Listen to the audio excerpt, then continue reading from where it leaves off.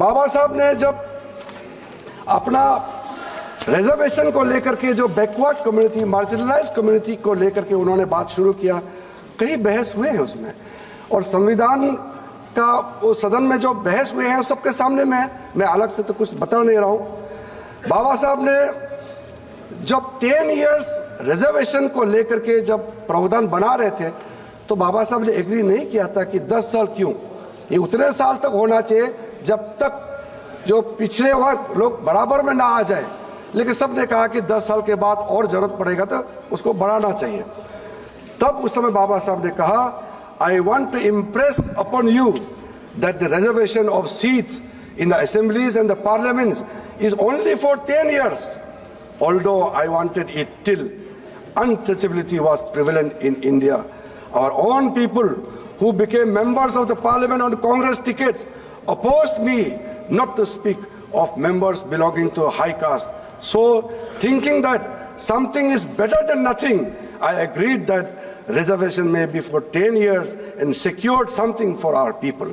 कुछ नहीं से तो कुछ सही, इसलिए बाबा साहब ने इस चीज को माना है और अब सब पार्टी इसको एक्सटेंड करते आ रहे हैं। बाबा साहब अम्बेडकर, पंडित नेहरू क्योंकि बड़े नेता थे, पंडित नेहरू पहला प्रधानमंत्री बन गए। बाबा साहब के बीच में कुछ डिफरेंसेस तो था, वो तो आप भी मालूम है, हमको भी मालूम है।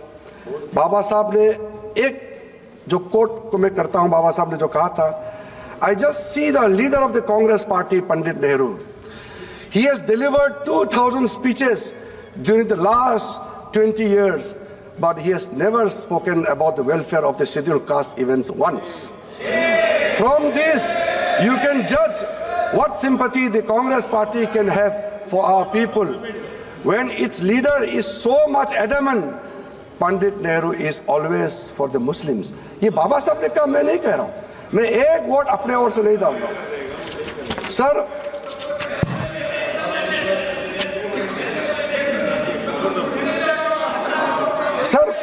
बाबा साहब भीमराव अंबेडकर, अरे संविधान पर चर्चा कर रहे हैं, बाबा साहब के बारे में बात नहीं करेंगे तो किसके बारे में बात करेंगे हम?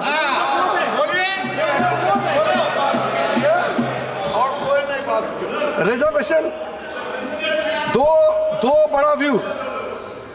बड़ा व्यू को जानना जरूरी है।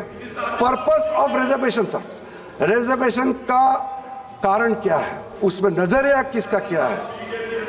अंबेडकर का व्यू है focus on social justice to uplift marginalized communities and dismantle caste hierarchies. और पंडित नेहरू जी का व्यू था, he viewed reservation as a temporary tool to integrate disadvantaged groups into mainstream. ये देखिए, इसमें कोई इतना निगेटिव नहीं है, जो डिफरेंसेस ऑफ ओपिनियन को मैं बता रहा हूं। Approach to the caste system, Ambedkar ji advocated for complete abolition of caste system. Nehruji believed in gradual reforms and hoped discrimination would diminish over the time. Timeline for reservation. Baba Sahib wanted reservation needed indefinitely till equality was achieved. Pandit Nehruji advocated for time-bound reservation for 10 years. Empowerment के बारे में क्या विचार था? Baba Sahib emphasized representation and dignity, ensuring Dalits had a voice in governance and opportunity. Pandit Nehru ji focused on economic development, believing discrimination would automatically reduce over the time. तो sir ये सारे जो चीज मैं जो बता रहा हूँ, थोड़ा सा अगर विपक्ष के लोग भी कष्ट करेंगे तो वो भी पढ़ सकते हैं खुद, ये अवेलेबल है किताब। इसलिए मैं मानता हूँ कि Ambedkar's view were more systematic and addressed the root cause of inequality, focusing on representation and empowerment. Nehru's views, while progressive, Nehru तारीफ करने में भी आपको आपत्ति? मैं कह रहा हूं कि Nehru's views, while progressive, underestimated the deep entrenchment of caste-based discrimination which persists even today.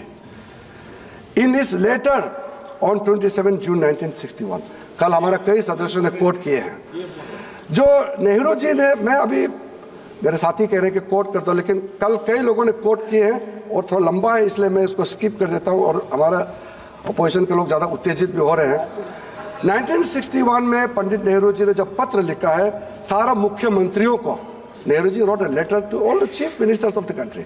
वो निगेटिव लेटर नहीं है, आप चिंता मत कीजिए, बहुत ज़्यादा निगेटिव नहीं है, लेकिन उन्होंने कहा उस लेटर में कि अगर हम रिजर्वेशन को बढ़ावा देंगे तो जो इस देश का जो टैलेंट है, जो स्किल है, जिसके पास क्वालिटी है, उसका बर्बाद हो जाएगा, उन लोगों को कोई जगह नहीं मिलेगा, ये कहा है। और साथ साथ में उसके बाद में नेहरू जी ने कई मीटिंग में भी कहा है बातों को, लेकिन हमारा ये कहना है कि नेहरू जी टैलेंट के बारे में सोचते हैं, वो तो बहुत अच्छी बात है, हम लोग भी टैलेंट के बारे में सोचते हैं, टैलेंटेड लोगों को आगे बढ़ाना चाहिए, लेकिन ऐसा नहीं होना चाहिए कि टैलेंटेड को आगे बढ़ाते समय गरीबों को, जो पिछड़े लोगों को कुचल के आप आगे बढ़े, ये नहीं होना चाहिए। यही है फर्क, आगे बढ़ाने तो आप भी चाहते हैं, हम भी चाहते हैं।